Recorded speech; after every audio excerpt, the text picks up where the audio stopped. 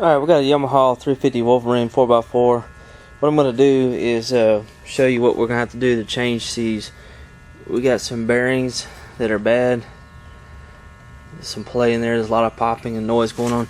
And also on this upper CV joint, right up in here, we got some problems going on in there. We got a lot of popping and something's broke.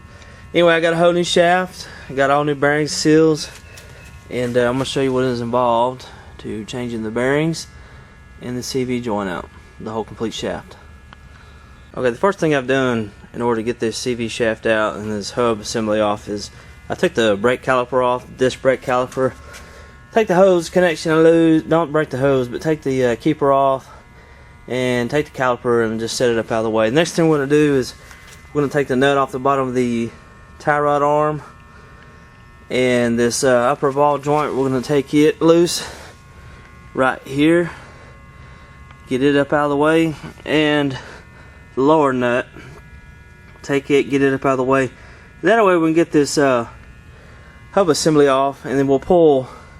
If you just tug this CV joint will come up out of this gearbox assembly. There's a snap ring that holds it in, but it comes right out. So we'll get these nuts and bolts pulled off and get this whole hub off and get it up on the workbench and tear it down. Okay, we got the hub assembly off, we got the shaft pulled out of the gearbox. Now we're going to move over here. Here's everything sitting on the workbench. We're going to tear all this down. Remember I was telling you there's a little keeper ring. I don't know if you can see it, but there's a keeper ring right there on the end of the shaft. Fits up in the end of the gearbox. Anyway, we'll get all this taken apart, get this hub break down, see what's wrong with it. Alright, got the hub off, got it off the end of the shaft. This is our old CV joint. It's broke inside, it's going to be replaced. Here's the knuckle assembly. See the bearings down in there, they're shot, they're gone. We're going to press those out, put new seals in. I already have a new shaft.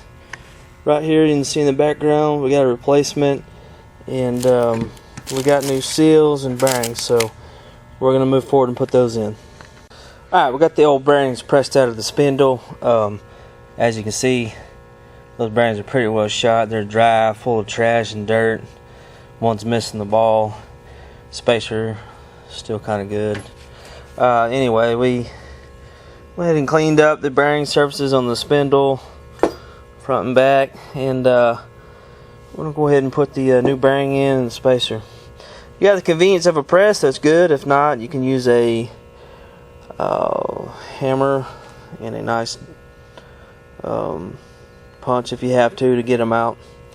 If not, you can use a press. We use a press, but I just used a hammer and a punch just for illustration what you can use to get them out of the spindle.